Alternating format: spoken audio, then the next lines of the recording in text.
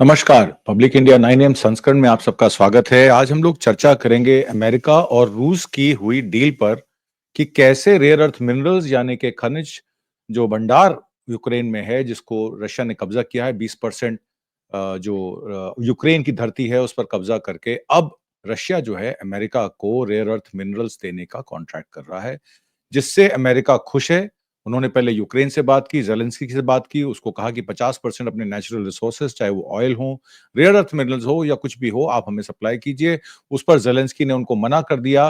अब रशिया के साथ डोनाल्ड ट्रंप की डील होने जा रही है और ऐसा माना जाता है कि ये अब केंद्रीय बिंदु होगा रशिया-यूक्रेन वॉर खत्म करने के लिए।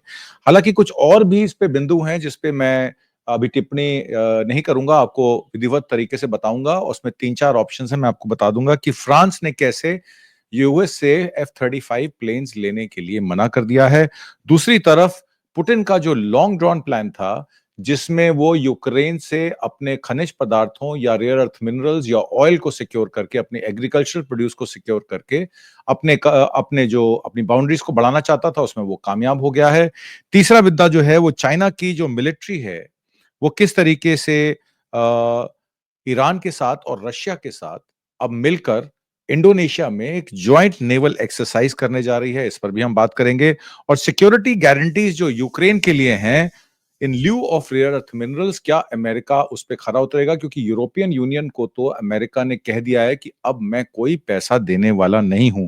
हालांकि यूरोपियन यूएस में यह भी कहा जा रहा है कि $324 बिलियन जो रशिया का फ्रीज पड़ा है, जो विंडफॉल प्रॉफिट है, जिसको फ्रीज कर दिया गया था, रशिया के टैक्स पेयर्स का पैसा, रशिया के लोगों का पैसा, उसको यूरोपियन यूनियन कह रहा है कि यूक्रेन की मदद करने के लिए, उनके लिए मिलिट्री इक्विपमेंट खरीदने के लिए काम में लाया जाना चाहिए। हालांकि इस पे बहुत ज्यादा विरोध हो रहा है और आखिर में यूएस जो था वो $60 बिलियन जो देने वाला था यूक्रेन को, वो तो दे नहीं पाया और एड उसकी पेंडिंग है। और दूसरी तरफ फ्रांस के प्रेसिडेंट के सामने जब यूएस प्रेसिडेंट ने इस बात को कहा, तो फ्रांस के प्रेसिडेंट ने क्या कहा, आखिर में हम उस पर बात करेंगे।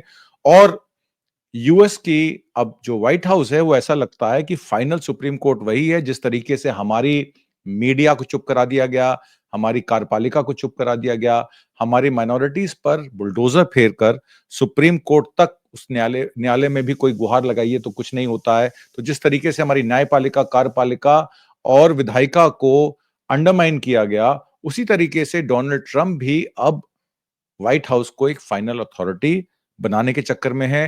पूरी अथॉरिटेरियन गवर्नमेंट जैसे इंडिया में चल रही है, वैसे ही अमेरिका में चलाने की कोशिश की जा रही है। तो इस पर भी हम चर्चा करेंगे। तो पहला विषय जो आज का मेन विषय है, वो रेयर अर्थ मिनरल्स को है। आपको पता है कि टैरिफ लगाकर यूएस को मेक अमेरिका ग्रेट अगेन का नारा देने वाले डोनाल्ड ट्रंप जो हैं, वो अब बुद्धिजीवियों के कटघरे में आ गए। बुद्धिजीवियों का ये भी कहना है, इकोनॉमिस्ट जो समझते हैं जो इकोनॉमी को, उनका ये भी कहना है कि अगर आप इंपोर्ट्स पे टैरिफ लगाएंगे तो आप मेक अमेरिका ग्रेट अगेन कैसे करेंगे? क्योंकि आपके पास 60% जो आइटम्स हैं वो बाहर से आती हैं, चाहे वो ऑटो कंपोनेंट्स हों, चाहे वो मोबाइल फोन के पार्ट्स हों, चाहे वो सुपर कंप्यूटर्स हों, चिप्स हों या जरूरत का सामान हो। जब तक आपके पास वो मेन इंग्रेडिएंट्स नहीं होगा, इनपुट्स नहीं होगा, तो आप वैल्यू ऐड करके मेक अमेरिका ग्रेट अगेन कैसे बनाएंगे? टैरिफ इकट्ठा करना एक बात है और मेक अमेरिका ग्रेट अगेन में मैन्युफैक्चरिंग को बढ़ावा देना एक बात है। आपको अगर मैं इसका पैरेलल ड्रॉ करूं तो इंडिया में भी मैन्युफैक्चरिंग का स्टेटस देखिए कि ग्रॉस वैल्यू एडिशन 17% से 14% पे आ जाता है। मैन्युफैक्चरिंग हमारी 15% से 13.5% पे गिर जाती है, जबकि सरकार परफॉर्मेंस लिंक्ड स्कीम के जरिए बहुत सारे कॉर्पोरेट्स को मदद करने की कोशिश करती है। तो सवाल यह भी खड़ा हो जाता है कि जब पीएलआई फेल हो गई और वैल्यू एडिशन में हम आखिरी माइल पर हैं, जहां हम सिर्फ असेंबली कर रहे हैं, और $100 बिलियन का हमारा इंपोर्ट जो है वो चाइना से है और चाइना से हमारा लगातार ट्रेड डेफिसिट बढ़ता जा रहा है। अगर मैं आपको कुछ आंकड़े दिखाऊं जो मेरे पास कल से हैं, ये देखिए, चाइना के साथ हमारा ट्रेड एक्सपोर्ट 13.4 बिलियन था 2014 में, 2024 में 16.7 बिलियन था, 24% बदलाव। इंपोर्ट हमारा 58.2 बिलियन था, 2024 में 101.7 बिलियन था, चेंज 75%। अगर हम डेफिसिट की बात करें तो 2014 में हमारा डेफिसिट 44.8 बिलियन था, 2024 में 85 बिलियन था, यानी कि 90% डेफिसिट पे हम लोग काम कर रहे हैं। तो किस बात से हमारी मैन्युफैक्चरिंग कम हुई क्योंकि हमारे पास वैश्विक बाजारों में ऐसा सामान नहीं है जो हम सप्लाई कर सकें। सिवाय मोबाइल फोन्स के और ऑटो कंपोनेंट्स के, मोबाइल फोन्स में भी हमारी 1.5 मिलियन डॉलर की जो इंपोर्ट बढ़ी है, वो सिर्फ आईफोन्स असेंबली से बढ़ी है। चाहे उसमें एप्पल काम कर रहा हो या टाटा काम कर रहा हो या एक तीसरी कंपनी काम कर रही हो। तो हम लोग सिर्फ असेंबली कर रहे हैं। हम लोग कुछ मैन्युफैक्चर नहीं कर रहे हैं। और इसी को लेकर पीएलआई स्कीम में 1,95,000 करोड़ का बजट देने वाली सरकार मात्र 11,000 कुछ करोड़ रुपए खर्च करती है। और इस बजट में तो पीएलआई का नाम भी नहीं लेती है। तो बात यही आ जाती है कि वैश्विक बाजारों में हमारा माल बिकेगा कैसे? हालांकि रूस ने यूक्रेन के उस क्षेत्र में खनिजों के लिए अमेरिका के एक सौदे की पेशकश की है जिस पर उसने कब्जा किया था। पुतिन ने सोमवार को रूसी राज्य टेलीविजन के साथ एक साक्षात्कार में यह कहा कि वो यूक्रेन में रूसी कब्जे वाले क्षेत्र में दुर्लभ खनिजों यानी रेयर अर्थ मिनरल्स तक अमेरिका का पहुंच प्रदान करने के लिए तैयार है। जब टैरिफ्स लगाए अमेरिका ने, तो चाइना ने कहा ठीक है, आपकी लिथियम जो रिक्वायरमेंट है या रेयर अर्थ मिनरल्स आपको टंगस्टन चाहिए, एंथेनियम चाहिए, जेरेनियम चाहिए, तो हम प्रोसेसिंग उसकी 90% प्रोसेसिंग चाइना करता है। चाइना ने कहा ठीक है, फिर हम आपको रेयर अर्थ मिनरल्स नहीं देंगे। तो अमेरिका की मुश्किलें बढ़ गई कि अब हम अपने ऑटो कंपोनेंट्स कैसे बनाएंगे, हम अपनी चिप्स मैन्युफैक्चर कैसे करेंगे। ताइवान पे तो चाइना का अधिग्रहण है। चाइना ताइवान जो है, चाइना के बगैर छींक भी नहीं मार सकता है। और बांग्लादेश की सरकार इसलिए गई थी कि सेंट मार्टिन आइलैंड देने से मना कर दिया था शेख हसीना ने। वहीं से वो चाइना के प्रभुत्व को खत्म करना चाहता था, जो पॉसिबल नहीं हो पाया। अब मामला इतना विचित्र हो गया है कि चाइना अपने टेक्नोलॉजी एडवांस करते हुए आगे बढ़ रहा है। अपने बजट का 10% वो रिसर्च एंड डेवलपमेंट पे खर्च करता है और अमेरिका अब चाइना पे डिपेंडेंट है। वो रशिया की मदद लेके चाइना की हेगमनी खत्म करना चाहता है, ब्रिक्स को खत्म करना चाहता है। हालांकि उसमें वो कामयाब होगा कि नहीं होगा, ये आने वाला समय बताएगा। हालांकि रूसी अधिकारियों ने मॉस्को में नियंत्रण में महत्वपूर्ण खनिजों और धातुओं से पैसे कमाने के लिए अमेरिका के लिए एक समझौते का प्रस्ताव रखा है। रूसी राष्ट्रपति व्लादिमीर पुतिन लंबे समय तक यूक्रेन को उस युद्ध के लिए दोषी ठहराने की कोशिश कर रहे हैं जिसमें उन्होंने 24 फरवरी 2022 को आक्रमण करके शुरू किया था।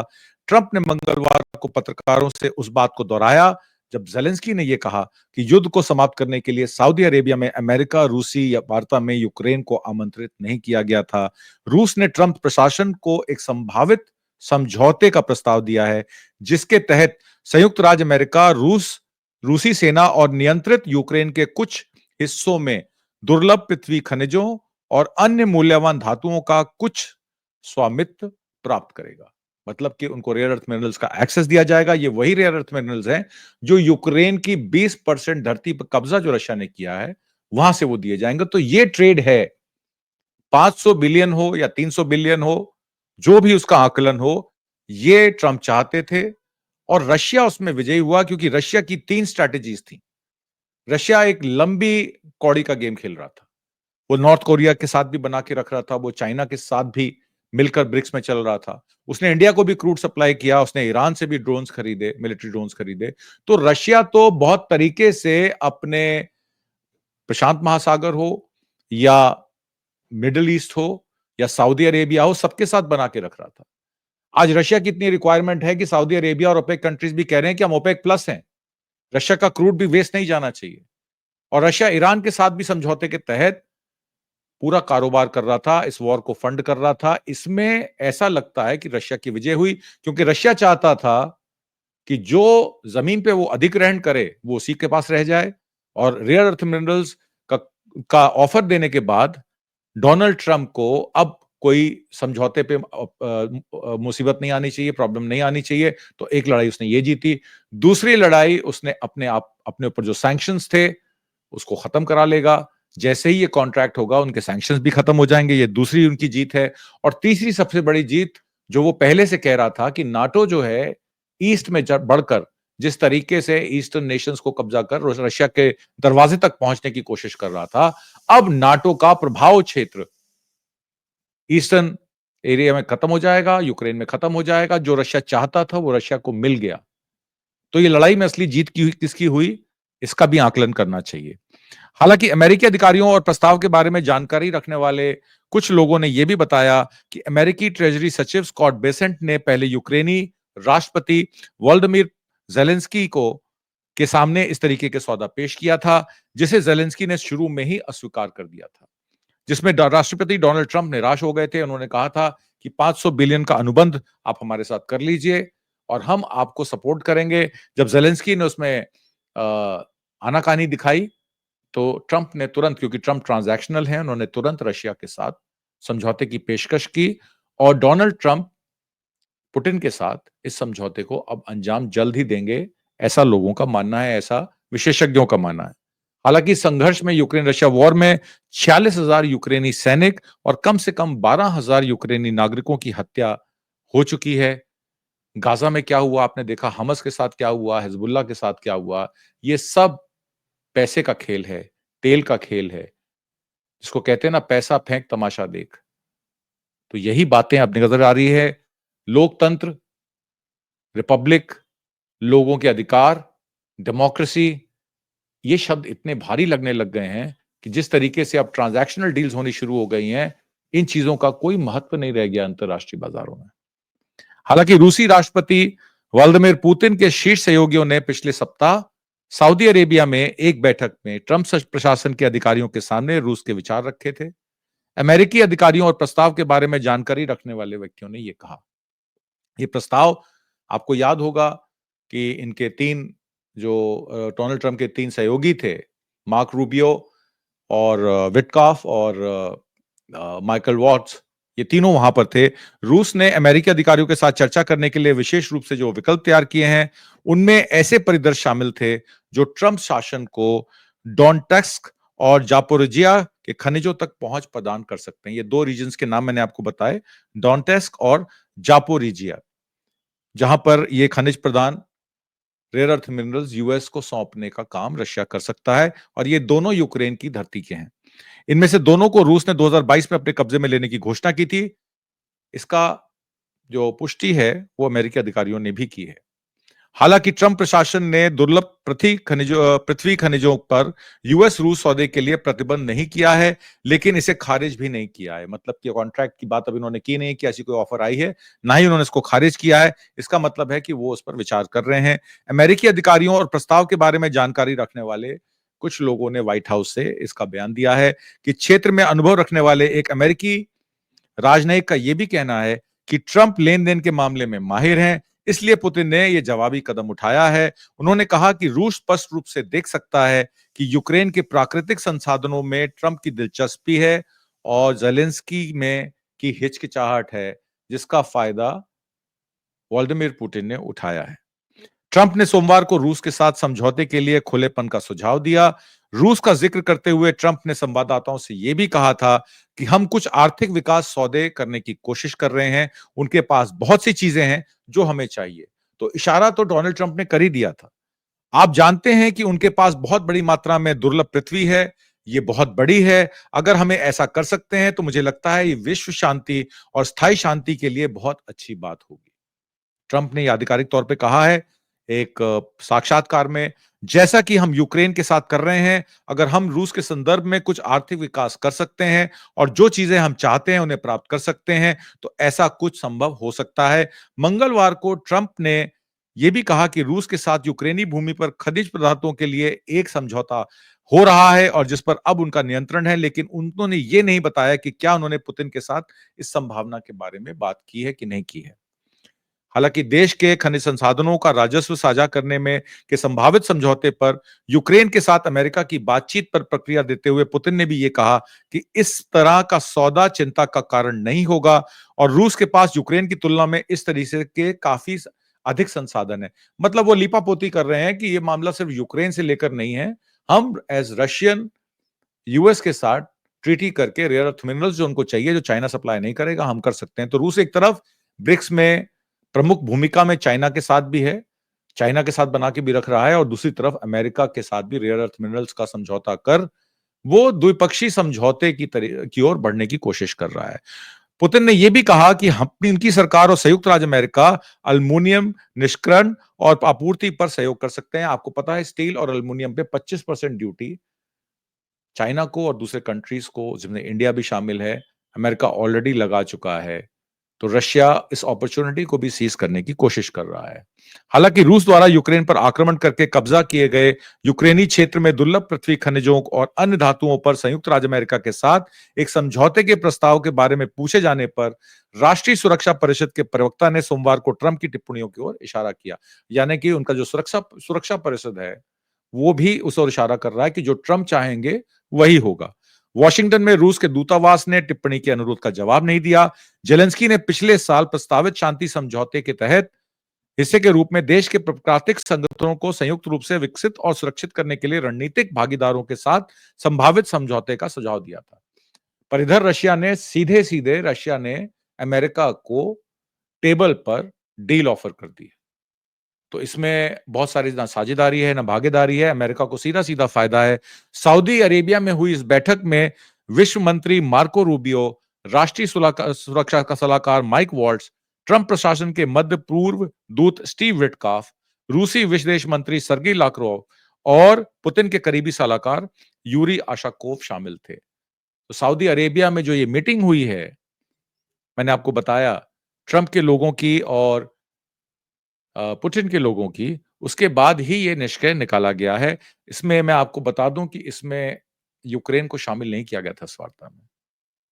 वही एक ग्रे एरिया है कि यूक्रेन इस पे कैसे रिएक्ट करेगा। उधर यूरोपियन यूनियन जो है वो ये कह रही है कि $324 बिलियन रशिया का जो फ्रोजन एसेट्स में पड़ा है, पब्लिक का पैसा पड़ा है, जिनके बैंक्स अकाउंट सीज कर दिए गए थे, रशिया के फेडरल अकाउंट सीज कर दिए गए थे वर्ल्ड ओवर, उस पैसे को यूक्रेन को हथियार देने के लिए इस्तेमाल किया जा सकता है। तो यूरोपियन यूनियन के अधिकारियों का यह कहना है, देखते हैं ऊंट किस करवट बैठता है। दूसरी तरफ फ्रांस ने, जिसको भारत को F-35 प्लेन्स की बात की थी अमेरिका ने, डोनाल्ड ट्रंप ने कहा था कि F-35 प्लेन्स खरीदिए, जिस पर एक कमेटी अब भारत सरकार बनाएगी, उनको मना नहीं कर सकती। उधर फ्रांस ने कह दिया है कि हम कोई F-35 प्लेन्स नहीं खरीदने जा रहे हैं, हम अपनी खुद की 6th जनरेशन प्लेन्स को प्रोटोटाइप बनाने जा रहे हैं, जिसका नाम उन्होंने बताया है FCAS। और ये FCAS जो है वो जर्मनी और स्पेन के साथ मदद में बनेगा। 2040 तक ये कमीशन होगा और FCAS जो है वो फ्रांस की एयर फोर्स सर्विस में एंटर करेगा और आगे के सारे प्लेन जो हैं वो FCAS से होंगे। तो फ्रांस, मैक्रोन डोनाल्ड ट्रंप को मिलने जाते हैं, उनके साथ वार्ता करते हैं, उनको करेक्ट करते हैं कि जो $60 बिलियन की आपने बात की, वो आपकी सिर्फ गारंटी थी, पैसा हमने दिया था। उन्होंने साफ कह दिया कि वो F-35 प्लेन्स नहीं खरीदेंगे, वो अपना प्रोटोटाइप डेवलप करेंगे। क्या भारत ऐसा कर सकता है? क्या हमारे विश्व गुरु उस पर सोचेंगे? ये भी सोचने वाली बात है।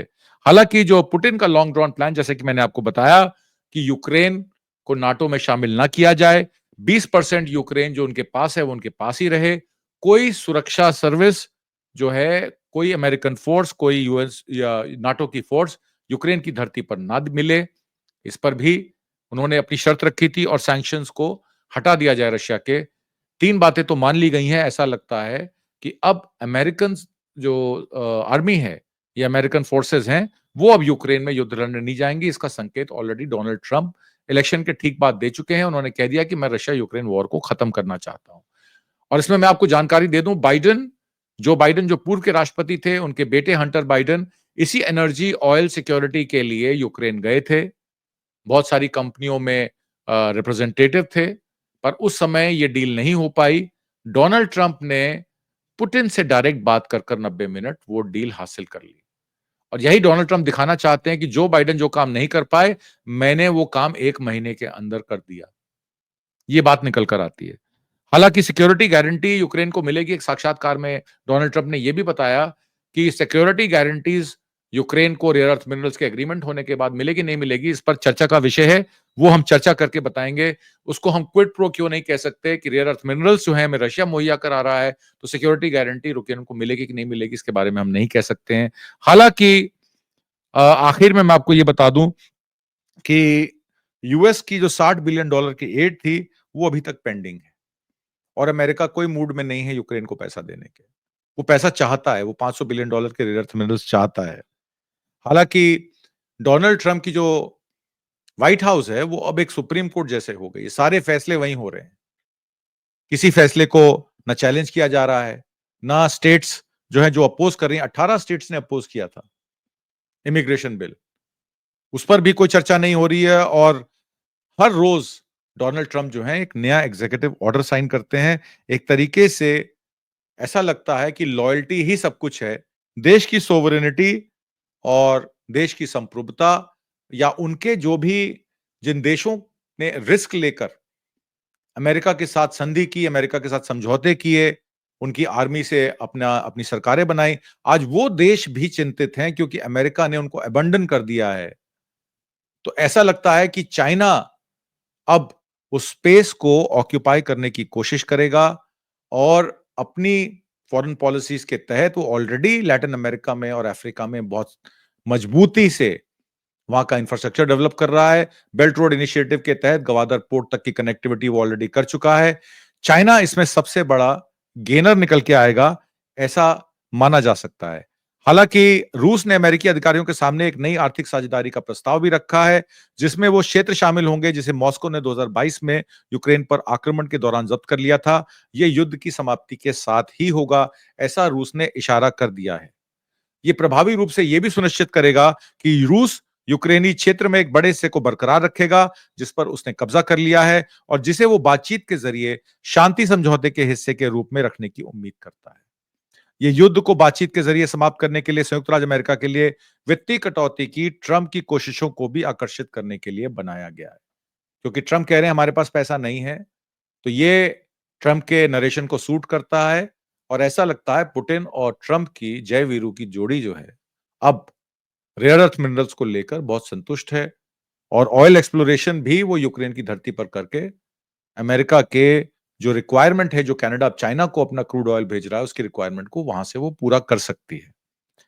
हालांकि ट्रंप ने यूक्रेन पर दबाव डाला था कि वो संयुक्त राज्य अमेरिका को 500 डॉलर अरब डॉलर के दुर्लभ रेयर अर्थ मिनरल सप्लाई करे, पर उसमें वो सहमत नहीं हुआ था। ट्रंप ने इस सप्ताह के पहले यह भी कहा था कि उनका प्रशासन यूक्रेन के साथ मिलकर दुर्लभ पृथ्वी खनिजों यानी कि रेयर अर्थ मिनरल्स पर एक समझौते पर हस्ताक्षर करने के करीब है, पर अब ऐसा लगता है पुतिन से वो डील हो गई है। उम्मीद करता हूं आपको आज का कार्यक्रम पसंद आया होगा। बहुत सारी जानकारियां मैंने आपको रशिया, अमेरिका और यूक्रेन के संबंध में जो दी। आगे आने वाले समय में क्योंकि बहुत तेजी से समीकरण बदल रहे हैं, कल को हो सकता है कुछ और निकल कर आए, पर भारत के लिए ये चिंता का विषय है, क्योंकि भारत जिस तरीके से अमेरिका के दबाव में अब हमारी विदेश नीति चल रही है, यूरोपियन यूनियन हो, रशिया हो या और कंट्रीज हो या एशियन कंट्रीज हो, इंडोनेशिया में भी एक नेवल एक्सरसाइज 5 बड़े कंट्रीज करने जा रहे हैं, जिसमें रशिया भी होगा, अमेरिका भी होगा, चाइना भी होगा। तो ब्रिक्स का आई कहीं इंडोनेशिया ना बन जाए, भारत पीछे रह जाए। इन्हीं सब बातों के साथ मैं अब आपसे विदा लेता हूं। उम्मीद करता हूं आपको कार्यक्रम पसंद आएगा। कमेंट बॉक्स में जरूर लिख के भेजिए आपको आज का कार्यक्रम कैसे लगा। बहुत बहुत धन्यवाद। नमस्कार। जय हिंद।